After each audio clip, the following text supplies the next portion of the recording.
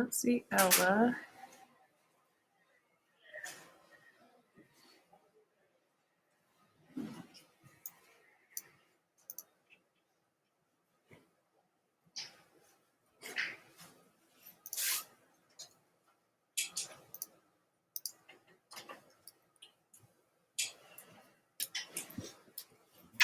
Sorry about that.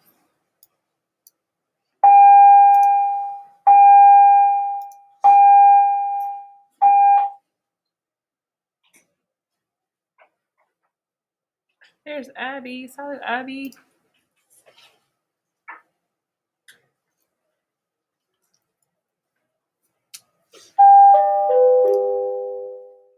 And for the pledge, I pledge Allegiance to the flag of the United States of America and to the republic for which it stands, one nation, under God, indivisible, with liberty and justice for all.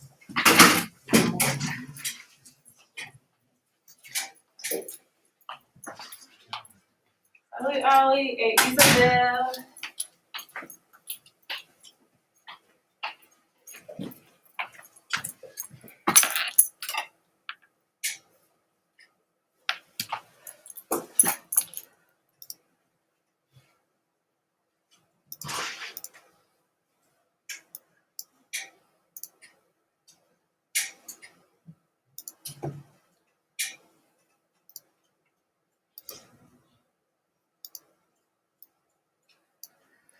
Okay, so j'ai mal au cœur means what?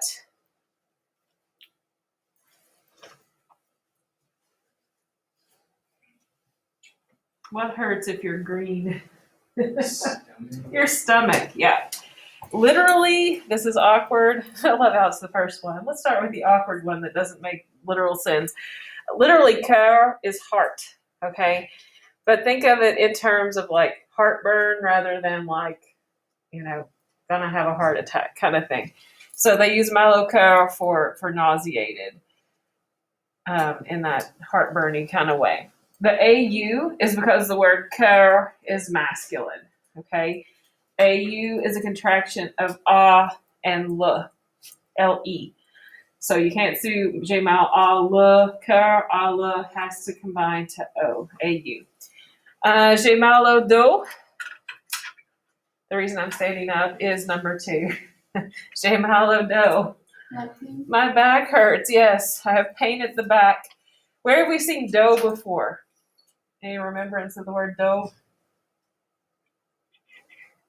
What's a sac à dos? Backpack, okay. Bag for your back, right? Okay, same thing there. Dos is masculine, so we use au dos. It's a combination of A and L-E. J'ai mal au ventre.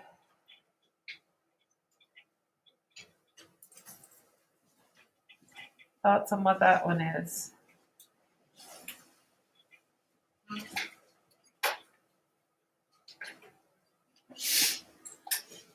My belly hurts. So there's no nausea involved in ventre. It tends to be lower GI tract instead of upper, okay? They never say j'ai mal à l'estomac. L'estomac is stomach, like the organ. But generally saying I feel sick to my stomach, like, are you really talking about the organ in English?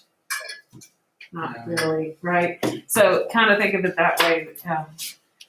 It's not literally that. The ventre is going to be lower GI, whereas cœur is going to be upper GI, okay?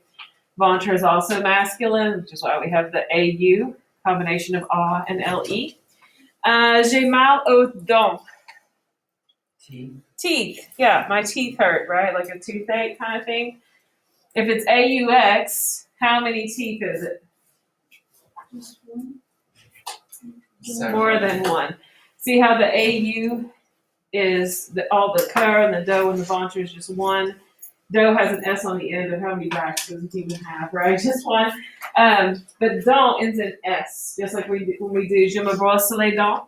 You don't just brush one tooth, right? You brush them all, I hope. Right, so the AUX is when it's more than one.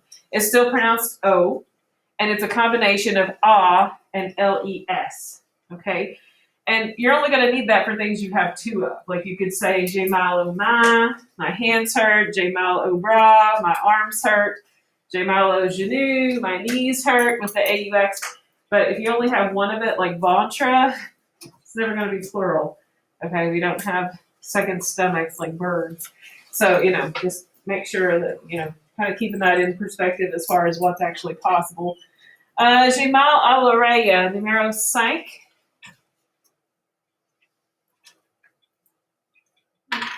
Ear. Mm-hmm. Would it be possible to have j'ai mal aux oreilles with an AUX? Yes. Yeah, you could have both ears having pain. You could have a double ear infection, right? Notice that when you say it plural, it sounds different. The singular à l'oreille, plural aux oreilles. So you hear that Z sound coming over to the vowel, not the consonant. Aux oreilles, more than one. À l'oreille, one. Sometimes you can tell by hearing, sometimes you can't. That one you definitely can. And it's L apostrophe because oreille starts with a vowel. And then for Allah, mercifully, it stays the same, right? So what is j'ai mal à la tête?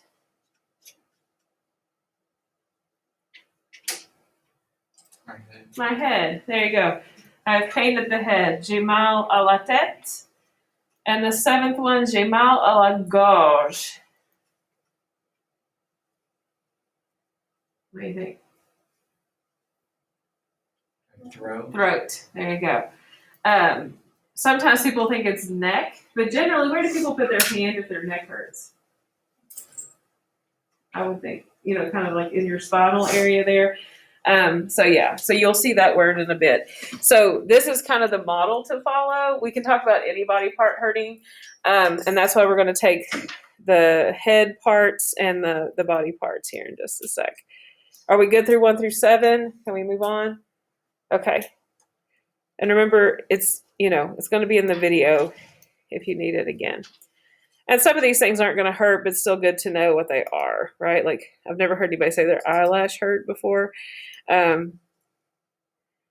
Okay, so le front, let's write down the body parts, is the forehead. Les yeux, we know because we've done les yeux bleus, les yeux verts, les yeux marrons. Le nez is the nose. Make sure your las and lays are correct since it's going to make a difference in that j'ai mal sentence. La bouche is the mouth. Le menton is the chin. Generally speaking, for gender, not every time, but generally speaking, if the word ends in an E, it's feminine, and if it doesn't, it's masculine. So for this left-hand face, can we call that true? Is it following the rules? Yes. So the only feminine one we have is bouche, and it ends in an E. It's not a hard and fast rule. It doesn't happen every single time. There are exceptions, but it is pretty reliable most of the time. All right. And then on the right-hand side, les cheveux, we know because we've done hair, right? Hair color, cheveux châtain, cheveux roux, cheveux noirs. Le sourcil is eyebrow. Once again, probably not going to say it hurts. You might see it on makeup products, though. A lot of them have the French on them. Le cils are lashes. And then we just saw l'oreille is ear. La joue is jaw or cheek. I like to think of it as jaw because it starts with a J. This reminds me of the story. My grandfather called my mom one time and said, Lauren's baby won best jaws in the baby show at the county fair. It was chubbiest cheeks, but he remembered it as best jaws, and I just thought that was hilarious. So anyway, totally ridiculous, but yeah, God love his heart. He's passed away. And then le cou is neck, and I would normally think of that as being back here. Not that you couldn't have neck pain here, but it tends to be, related to your spine. All right, so can our rule about feminine and masculine work on the right-hand side as well? Yep. So l'oreille, it doesn't have it marked, but l'oreille is totally a feminine word. Okay. Joue also. So if it's on your head, it follows the rule. It's a good thing to know. Are we good to move on to body, or do we need another second?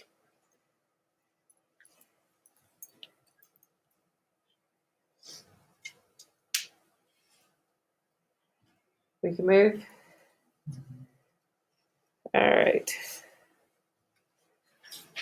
All we'll have left after this is, I think, leg and foot, because they're hidden right now. So we already did la tête, right? Head was in j'ai mal à la tête. Le dos, j'ai mal au dos, back. L'épaule is shoulder. And you could totally have j'ai mal aux épaules, with both shoulders hurting. And that one would sound different because of the vowel. J'ai mal à l'épaule, j'ai mal aux épaules. The way I remember épaule is helpful if you're marching band. Anybody marching band? No.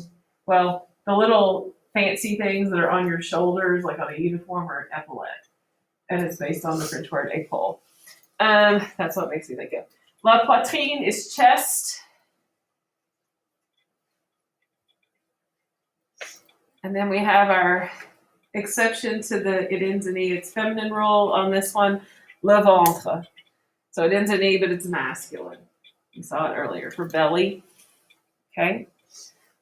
All the others fit the rule. L'épaule is feminine, poitrine is feminine, tête is feminine, they end in E. Ventre ends in E, but it's masculine. Let's see. Le doigt is finger. People always want to put an H in it. Be careful. It's not GHT. That's the English thing. La main is hand. Think like manual labor. You do it with your hands. Le bras is your arm. Not anything related to boobs, even though it looks like the word for a bra. And then le coude is elbow. So what's our exception on this side of the body for the gender rule?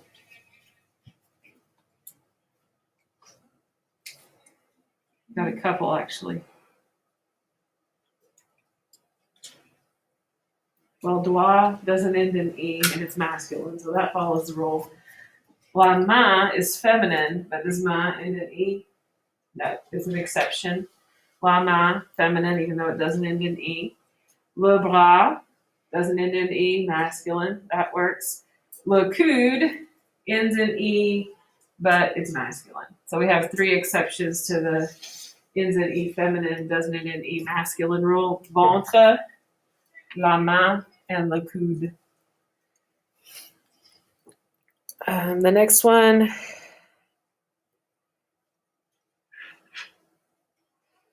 Let's see. Le genou is knee. It fits the rule. Doesn't end in E and is masculine. La jambe ends in E and is feminine, so it follows the rule. And then le pied is foot, doesn't end in E and is masculine. So we basically have three that don't follow the rule. Coude, main, and ventre. And obviously there are more body parts. We're just kind of hitting hot points, right? We're not going to do like, I don't know, liver, spleen, I'm not going to get into all that.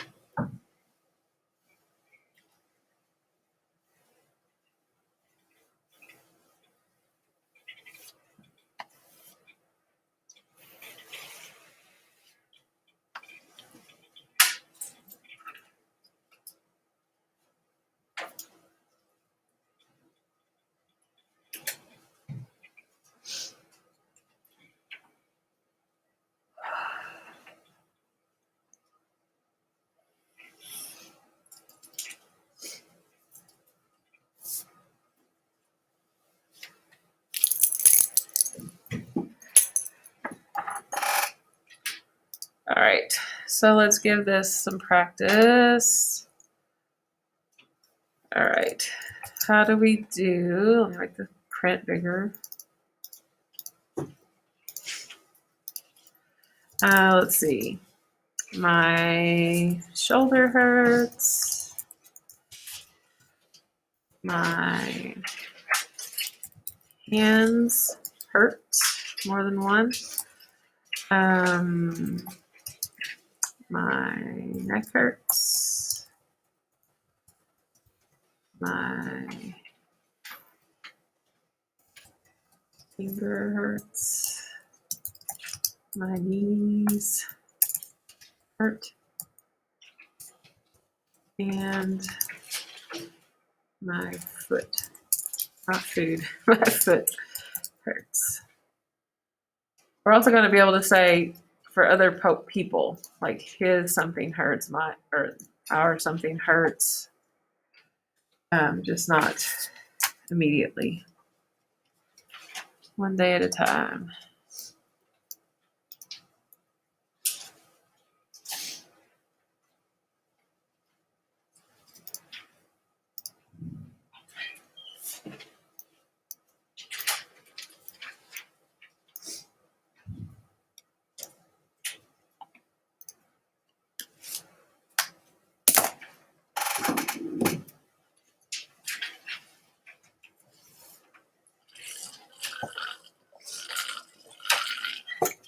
Sorry, that was loud.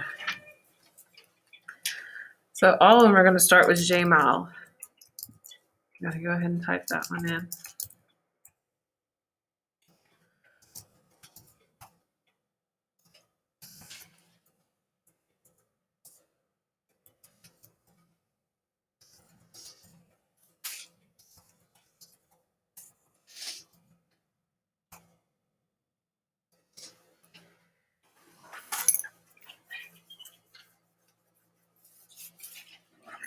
Where have we seen MAL meaning something isn't good before? We did a while ago. The words were fortunately and unfortunately. Do you remember? What is unfortunately? Do you remember? It starts with mal. Anybody? Malarism.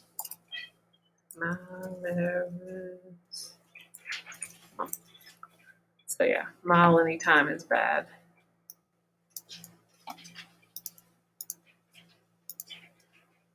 Yeah, you think I'm writing in English, so you're confused. All right, so if it's just one shoulder, what are we going to put after Jamal? AU. We might do AU, except a pull starts with a vowel. So it's going to be and then what's going to be in front of a pull if it starts with a vowel? L, not E or A. L. Should we go back and look? Apostrophe. There you go. Because it starts with a vowel. And it's a feminine word, so it would be Allah if it didn't start with a vowel. So Jamal Ali pull. My shoulder hurts. I have pain at the shoulder, literally. All right, if it's more than one hand, what's our plural?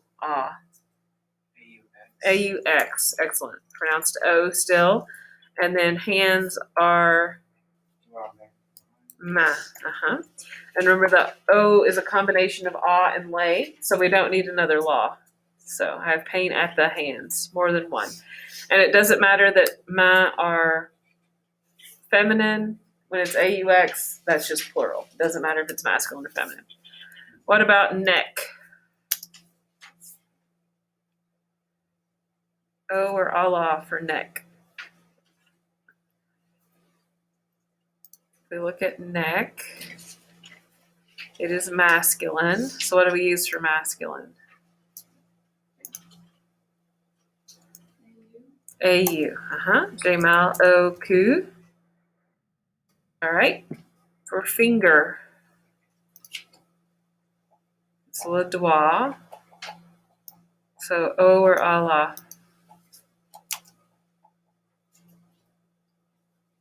O. Jamal O doigt. More than one knee. So we're doing more than one, so that's definitely which one? AUX. Jamal au genou. And when we have a word that ends in U, in order to make it plural, what do we add instead of S? You remember? We've definitely seen it before. I just don't know if I've literally told you about it before. It's X if it's a U.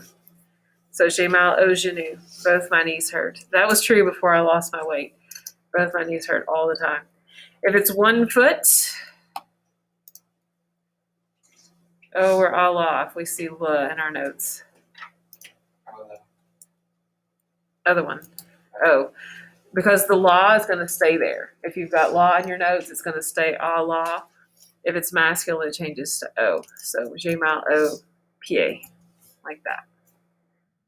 Okay. So really, I think this is the first time we've done gender that it mattered as much. If you accidentally, in the heat of the moment, said "je mal à la coup," it's probably not going to like hinder comprehension greatly, but it is like a thing. And especially the "o" plural can be a little bit more descriptive, if it's both things that hurt, than if you mean both, but you only say one. Okie doke. Let's see. So to be able to do this with more than just yourself, we need to look at the forms of avoir, which I think we've seen before, but just not a million times. It's where "je" comes from. So this is additional notes. So "je" is I have. Tu as is you have. What kind of you is tu? Formal or informal?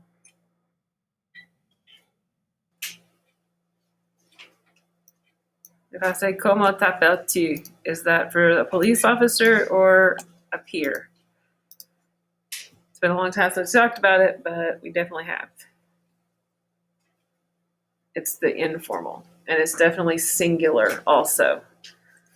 Okay, so if somebody else has what looks like a bad foot, like maybe they're limping, you could ask, "Tu as mal au pied?"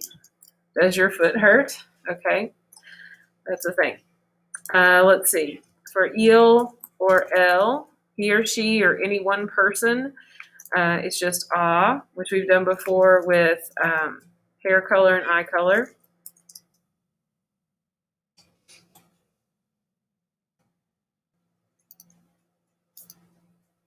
So if you were talking for someone else who's told you in English, something hurts, that you can say "Elle a mal au ventre" or "Il a mal au genou," that sort of thing. Nous avons is going to come up less often with pain because, how often are we all going to have the same kind of pain? But still going to include it because it's still good to know all the forms of "to have." That's "we have." Do you remember the other way to do "we" informally? What other word can mean "we"? It's not on here right now.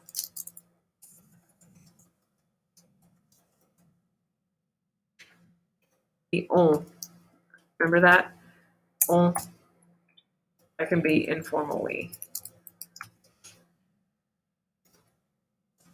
Which obviously is going to be a "have" instead of a "has." Let's see. The "vous" form, which is y'all, or someone you are showing respect to, just one person, but we tend to use it more in the plural. So you could say, I don't know, "Vous avez mal à la tête." Maybe after the pep rally, I'll probably have a mal à la tête after the pep rally, depending on how peppy people are, I guess. And then the plural "they," once again, not going to come up as much, going to be more of an individual thing, but still good to know how to spell "they have." Is "ils ont" or "elles ont." Pull that up where you can see it really good. Sorry. So the bold is the French, and then the translation is not bold. I don't know why my daily grind cup today is so loud when I drink. So how would we do, for instance, does your back hurt? Good question for me, like every day, because the answer is probably "we."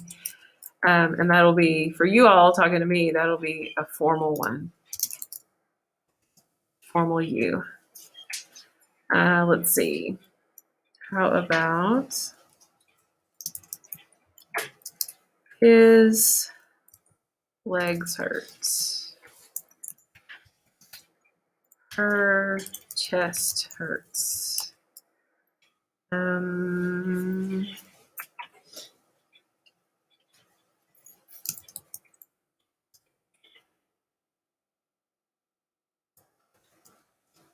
Our feet hurt. Okay, so the his is going to tell you you're going to use eel. The her tells you you're going to use L. The our tells you we're going to use which one? Our is equivalent to we, right? Okay, so take just a minute. This one's going to be vous because it's formal you. His will be il singular, her will be L singular, and our will be nu singular.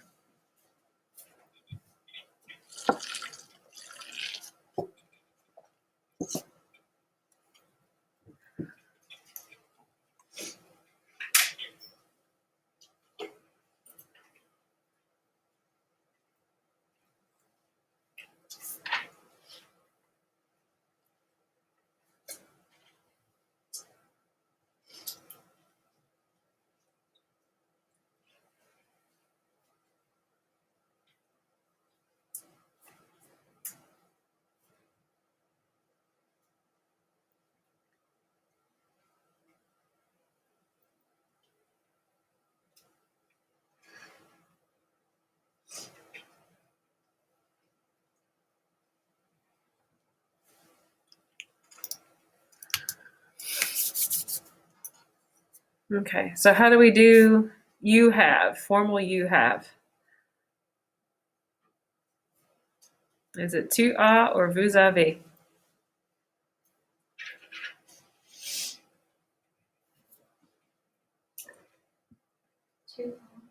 Actually, it's actually the vous avez.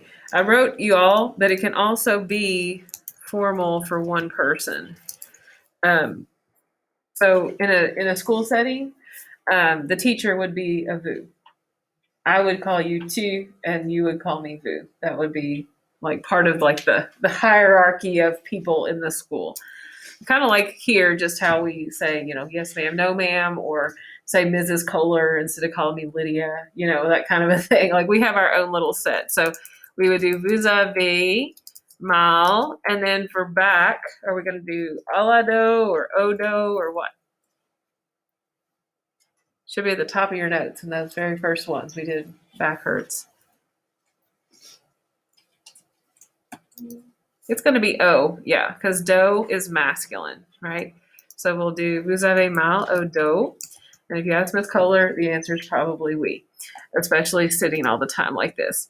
All right, his legs hurt. We're going to do il, and then our verb is going to be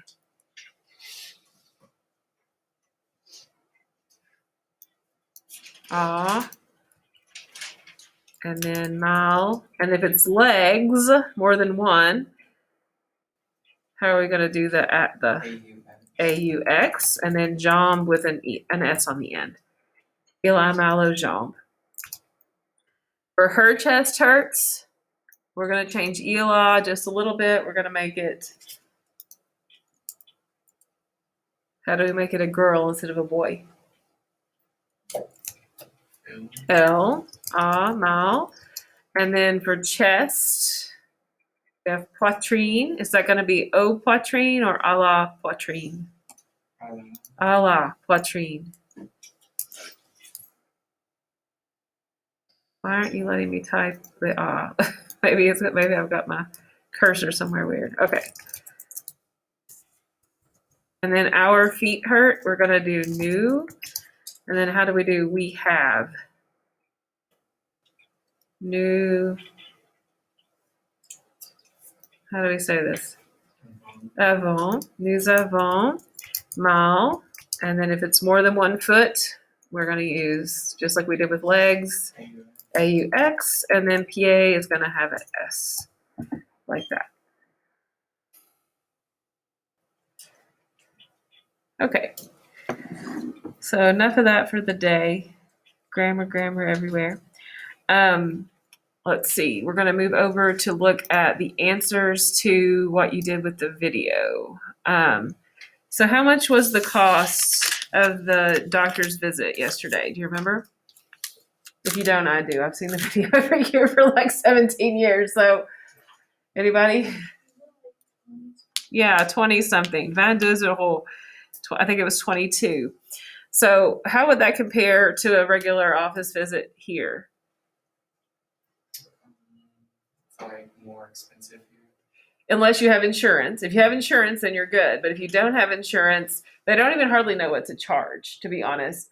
I had an exchange student that lived with me a long time ago, like in 2006, and she got sick, and it turned out to be because she was lactose intolerant, and I didn't know, and I used milk as an ingredient in a lot of things. And anyway, so she felt sick, so we went to the doctor, and yeah, they were like, they don't even know what to say. Like, they eventually charged her $100, but they really didn't know. Like, yeah. So it kind of depends, right? But are there people that can't afford to go to the doctor? Is that a thing? Yes, that is totally a thing. That's why there are free clinics and things to try to regulate that. Do French or American doctors make more money? American. Why is that? Do you know? Um, I don't remember exactly, but it was something about like how the government Right. budgets or whatever. Right. The government regulates the drug prices and regulates what the French doctors can make. One thing that plays a huge role is malpractice insurance. Like, here we are very litigious if there's something that goes wrong medically, and I'm not saying that's bad, but compared to France, they don't really do that. Like, they just are like, okay, the doctor's doing the best job they can. So they make more money here, but then you're also paying like exorbitant amounts of malpractice insurance. There, you're keeping more of that money. Like, it's not going toward that because they just don't have that litigious, you know what I mean when I say litigious, like go to court, like Morgan and Morgan stuff, the commercials. Okay. So they're much more likely here to sue the doctor if something goes wrong than there. So yes, but I don't know. They're not that worried about it really. Let's see. And also, American doctors have to pay out the nose to go to medical school. And if you qualify to go to medical school or any school in France, it's free. So there's also that whole like student loan thing that's not a thing. So that makes a big difference too. The French have private insurance. They do. Yes. They do. People think they don't. They're like, that's socialized medicine and we don't have that. They do. It's people who are uninsured pay the prices that are set by the government. The people that have French private insurance pay the prices set by the government and are fully reimbursed for all copays. So I'm going to talk about it more on Monday. But yeah, I paid $40 for a doctor's visit and like 7 medications, some over the counter, some prescription. I felt like I'd gotten away with a bank robbery. Like, I felt like I was sick, but I was walking home with my bag of medicine smiling because I thought, I was like, I had no idea how much it was going to cost. It was so cheap. And then I get home and my host mother said, make sure you turn that in on your insurance. That was so expensive. And I was like, you're funny. No. Yeah, no. I couldn't believe how cheap it was. It was unbelievable. And if you are homeless and you're a French citizen, you have insurance. Not the private insurance, but the kind that covers everybody through taxes, which covers about 65% of the cost. If someone's really sick in France but can't afford the treatment, what happens? I'm sorry, I didn't hear you. They give it for free. The doctor in the video says, okay, don't pay. Another thing that plays into that they don't mention in the video is if you have a terminal diagnosis, you don't pay for healthcare anymore. Those two things go together because the way they look at it is it's stressful enough to know that you're going to die that you don't need the added stress of how am I going to pay for this, which we do not have because GoFundMe is the number 3 way that people pay for health coverage in this country, which is sad in my opinion. So it's just, they really look at it from a really human perspective, which I appreciate. Let's see. How much do most people pay in the pharmacy? It's free. It's covered by the national health insurance. And part of the reason that they can get by with that, their government just says, you can charge X amount of money for this drug or we won't sell it in this country. Period. So it's it's heavily regulated, but it's heavily regulated in a way that's helpful to families. What's the French equivalent of the EMS? Something like SAMU. That's it. SAMU. And it's different than it is here. The EMS system is totally different. So in the U.S., who answers the phone when you call for an ambulance? That's not the question. That's the one for France. But it's a dispatcher, right? And they're just going to call the ambulance people and they're going to come, right? But if you call in France for an ambulance, who answers the phone? A doctor. And why does a doctor answer the phone? So they go if they actually need to send people out, because they send out a much bigger team than we do in the US. There you go. So they want to know, like, how many people do we need to send? Do we actually need to send the doctor? Does it need to be a nurse? Do we need to say instead you need to just go to your local physician? So like they kind of go ahead and give them advice before they send out the ambulance. The other thing is they treat on the scene rather than treating at the hospital. So our dispatchers, the EMTs come, and I'm so grateful that they do, and they get you to the hospital as quickly as possible. The way the French do it, it's a doctor and nurses, and the ability to like give IV drugs and everything like in the vehicle, and they treat on the scene. And then when they are moved, it's not because the hospital's close, it's because the hospital is a specialty hospital. So if you have like broken bones, they're going to take you to a place that specializes in like osteos, right? And if it's a heart problem, they're going to take you to a heart hospital, that sort of thing. So it's based on specialty. And then when you get there, the specialist has already read your case file from from the trip over, like they already know what's going on, and they're ready to like talk about next steps. So it's a very different process. What is SOS Médecin? And I'm so jealous of SOS Médecin. Because I don't really think we have anything 100% like it. We have some things that have some overlap. Isn't it like a team of doctors or a doctor that makes home visits? It's people that are doctors that all they do is home visits, like at weird times. Or like, let's say, have you ever been in this situation? Because I have. Somebody in your family that needs to go to the doctor is throwing up uncontrollably, and you're like, I really don't want to take them in my car because they're probably going to throw up in my car. You would not have to worry. You could just call SOS Médecin, and then they would come to you, right? So the time that I can think of this is something I would have really enjoyed, really would have given me some peace of mind. Both kids at different times, my own personal children, had fevers in the middle of the night that were super awful, like 104 kind of level, like scary high. And I really wished that I could like have somebody look at them. But like basically in the middle of the night, you have two options. Like you can give them the ibuprofen, Tylenol, and pray, or you can take them to the ER. Like those are your two options. And so unless like you feel like it's really bad, you're probably not going to take them to the ER because you know it's going to be expensive. So I don't know how many times, and I don't think it was more than 4 combined for both kids, but they would have this like really high fever, and you'd be sitting up all night going, well, do I take them to the emergency room or do I just keep giving them the Tylenol? I don't know, and it would have been nice. So it would call somebody in the middle of the night and be like, hey, can you come over and look at my kid for like a reasonable price and like assure me that I don't need to take them to the hospital, that they're not going to die in the next 2 hours, because it was really like touch and go. And then by morning, every time they would be fine. It was just like this overnight thing. Oh, it's terrible. But I would have given my IT for SOS Médecin. Is it really expensive to have a doctor come? Do you remember? It's 60 euro. And then if you have the private health insurance, that's still fully reimbursable. So yeah, so costs you basically nothing really in the end. So yeah, so they do pay some money through taxes that goes to their health care, but then they also have the private insurance. And a lot of people want to put them in the same boat as the Canadian healthcare system and the British healthcare system. The Canadian and the British healthcare systems do not have private insurance. Everything is government controlled. This one is really more of a hybrid between what we have and what Canada and Britain have. So anyway, so we'll talk more about it next week. I'm going to talk more about my personal experiences with the healthcare system. I went to the doctor so much that the doctor called me his petite hypochondriac Americain. So yeah, have a little bit of experience. What's an hypochondriac?